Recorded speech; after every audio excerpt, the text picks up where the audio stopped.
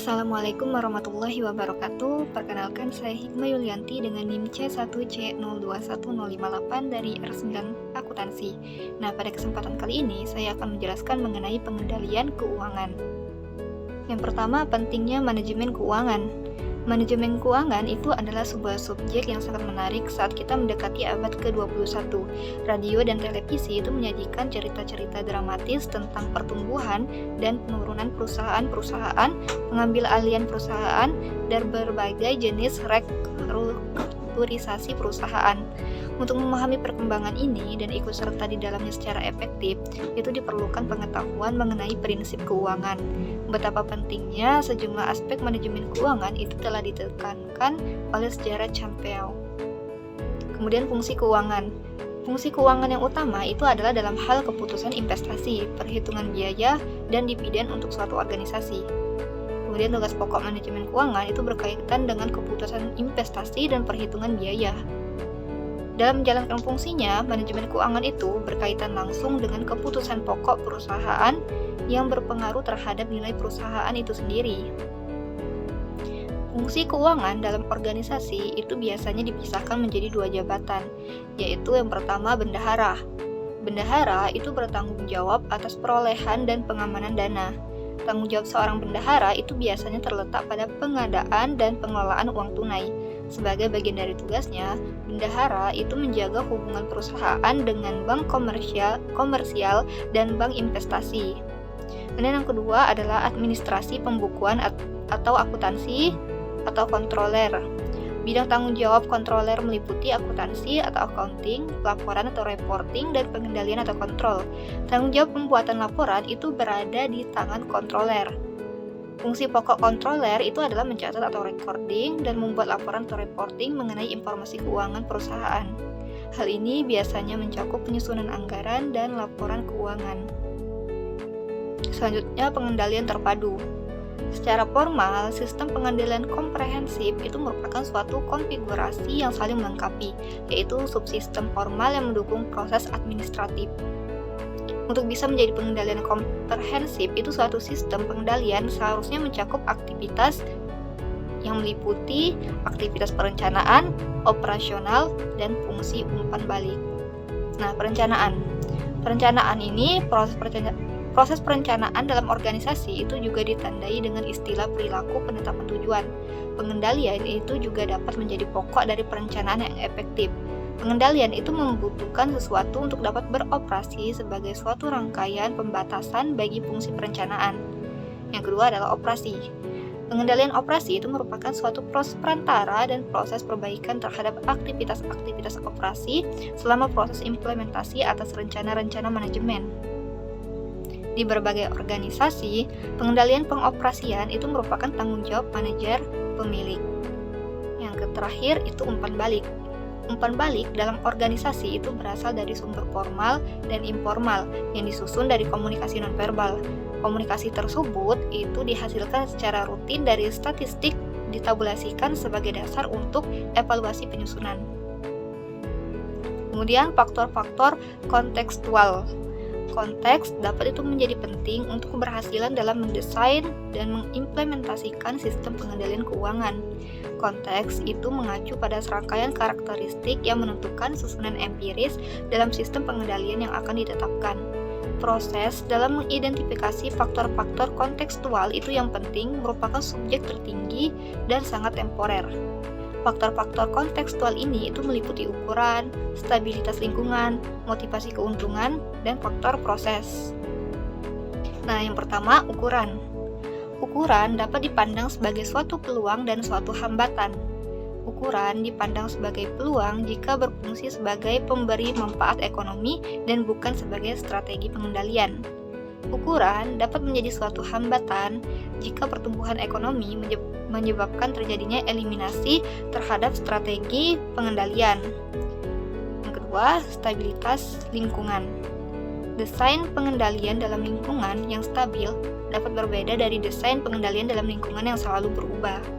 Stabilitas dalam lingkungan eksogen dapat dinilai dari kekuatan gerakan yang secara eksternal itu menghasilkan produk-produk yang memerlukan suatu tanggapan. Ketiga, motif keuntungan. Sistem pengendalian yang didasarkan pada motif dan ukuran-ukuran profitabilitas itu seringkali tidak dapat diterjemahkan secara langsung pada konteks nirlaba atau non-profit. Ukuran-ukuran laba adalah penting dan meskipun sulit dapat menjadi indikator dari keberhasilan. Manfaat terbesar yang berkaitan dengan indikator-indikator berbasis laba adalah bahwa indikator-indikator tersebut itu secara statistik akan tampak jelas jika diringkas. Yang keempat, faktor-faktor proses. Tujuan proses terhadap pengendalian akuntansi dapat menjadi suatu penentu yang penting dalam desain pengendalian. Terdapat banyak cara mengkarakteristikkan proses organisasi. Proses yang sederhana itu adalah salah satu yang dapat dikarakteristikkan dengan memahami hubungan sebab akibat secara baik. Selanjutnya, pertimbangan-pertimbangan rancangan. Pengendalian telah didefinisikan sebagai suatu pilihan inisiatif karena diyakini bahwa kemungkinan pencapaian hasil yang diharapkan adalah tinggi.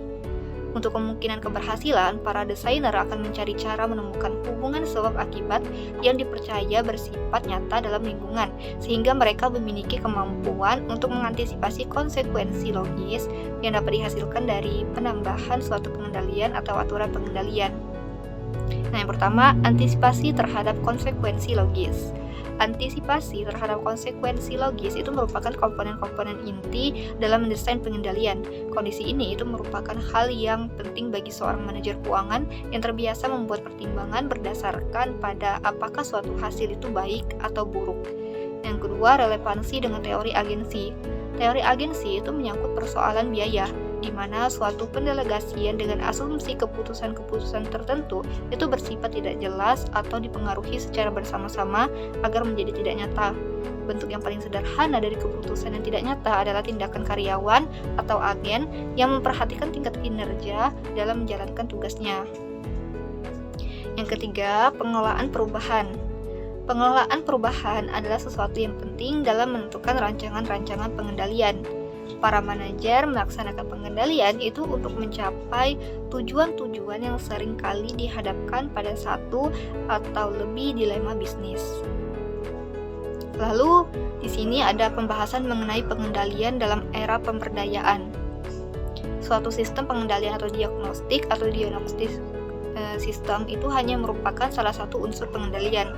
3 unsur lain yang sama pentingnya dalam lingkungan bisnis saat ini itu adalah sistem kepercayaan atau belief system, kemudian sistem batasan atau boundary system, dan sistem pengendalian interaktif atau interactive system. Setiap unsur tersebut itu memiliki tujuan yang berbeda bagi manajer yang berupaya menajamkan kreativitas karyawannya. Yang pertama, sistem pengendalian diagnostik. Kebanyakan bisnis itu memanfaatkan sistem pengendalian diagnostik untuk membantu manajer mengetahui kemajuan individu, departemen, atau fasilitas produksi ke arah tujuan-tujuan yang penting secara strategis. Para manajer itu menggunakan sistem pengendalian diagnostik itu untuk memonitor tujuan dan profitabilitas serta memastikan kemajuan ke arah target, seperti pertumbuhan laba dan pangsa pasar. Yang kedua, sistem kepercayaan. Pada umumnya, sistem kepercayaan bersifat singkat, syarat nilai, dan inspirasional.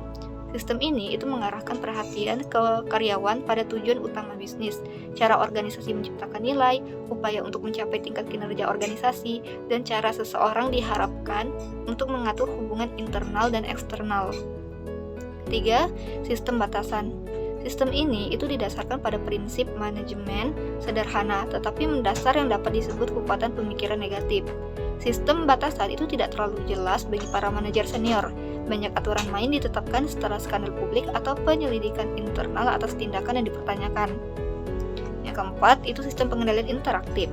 Sistem pengendalian interaktif itu merupakan sistem informasi formal yang digunakan oleh para manajer untuk melibatkan diri secara terus-menerus dan personal dalam keputusan bawahan. Baiklah, sekian penjelasan dari saya mengenai pengendalian keuangan. Lebih kurangnya saya mohon maaf. Wassalamualaikum warahmatullahi wabarakatuh.